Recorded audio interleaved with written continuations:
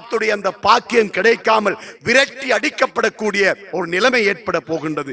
அதை நான் இறுதியாக சொல்லி என்னுடைய உரையை முடித்துக் கொள்கின்றேன். அதாவது மறுமை நாளில் மஹ்ஷர் மைதானத்தில் நபி ஸல்லல்லாஹு அலைஹி வஸல்லம் அவர்கள் மக்களுக்கு ஹவுதுல் கௌதரில் இருந்து தண்ணீர் கொடுத்து கொண்டிருப்பார்கள். மக்கள் தண்ணீர் அருந்தி கொண்டிருப்பார்கள்.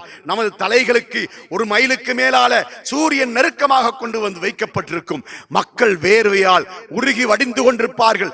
ஒவ்வொருவரும் அவருடைய பாவத்துக்கேற்ற அளவுக்கு அந்த வேர்வையால் மூழ்கடிக்கப்பட்டு கொண்டிருப்பார்கள்.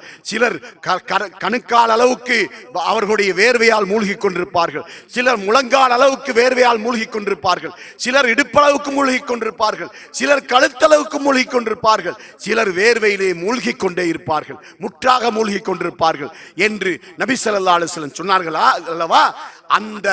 அந்த சூரியனுடைய அந்த வெப்பத்திலிருந்து ஒருவர் தன்னை காத்துக்கொள்ள வேண்டுமா இருந்தால் நபிகளாருடைய கையினால அந்த ஹவுதுல் கௌதர் இருந்து ஒரு முறை தண்ணீர் குடிக்க வேண்டும். அப்படி குடித்தால் அந்த வெப்பம் அவனுக்கு இருக்காது, அந்த வியர்வை அவனுக்கு இருக்காது. அந்த பாக்கியம் யாருக்கு கிடைக்க மாட்டாது தெரியுமா? நபி அவர்கள் தண்ணீரை ஊட்டி கொண்டிருக்கின்ற நேரத்திலே அவர்களிடத்திலே தண்ணீர் அருந்துவதற்காக ஒரு கூட்டம் அவருடைய பின்புறமாக வந்து கொண்டிருக்கும். நபி அவர்களை நெருங்கி வந்து வருகின்ற நேரத்திலே அவர்களுக்கு நபிகளாருக்கும் இடையிலே ஒரு வேலி போடப்படும், ஒரு மதில் போடப்படும். அவர்கள் விரட்டி அடிக்கப்படுவார்கள்.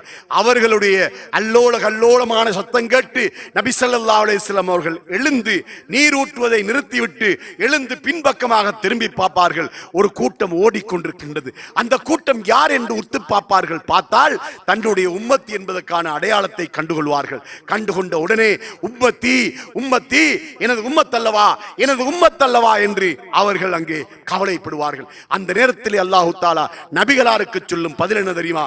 இன்னக லா தத்ரி மா ஹதசு பாதக். நபியே, நீர் கொண்டு வந்த மார்க்கத்திலே, நீ பிரச்சாரம் செய்த மார்க்கத்திலே, நீ விட்டு சென்ற இந்த மார்க்கத்திலே இவர்கள் என்னென்ன புதிய புதிய நடைமுறைகளை ஏற்படுத்தினார்கள் என்பதை நீர் அறிய மாட்டீர். அதனால உம்முடைய கையால் இவர்களுக்கு தண்ணீர் இல்லை என அல்லாஹு தஆலா நபி அவர்களுக்கு சொல்லுவானா?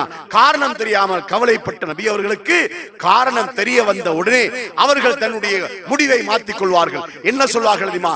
சுஹுகன் சுஹுகன் லிமன் பத்தல தீனி, நான் கொண்டு வந்த மார்க்கத்தை மாற்றியமை இவர்களுக்கு கேடுண்டாகட்டும் கேடுண்டாகட்டும் என நபி ஸல்லல்லாஹு அலைஹி வஸல்லம் சாபமிடுவார்கள் என்ற இந்த செய்தியை ஸஹீஹுல் புகாரியிலே நாம் காணக்கூடியதாக இருந்து கொண்டிருக்கின்றது.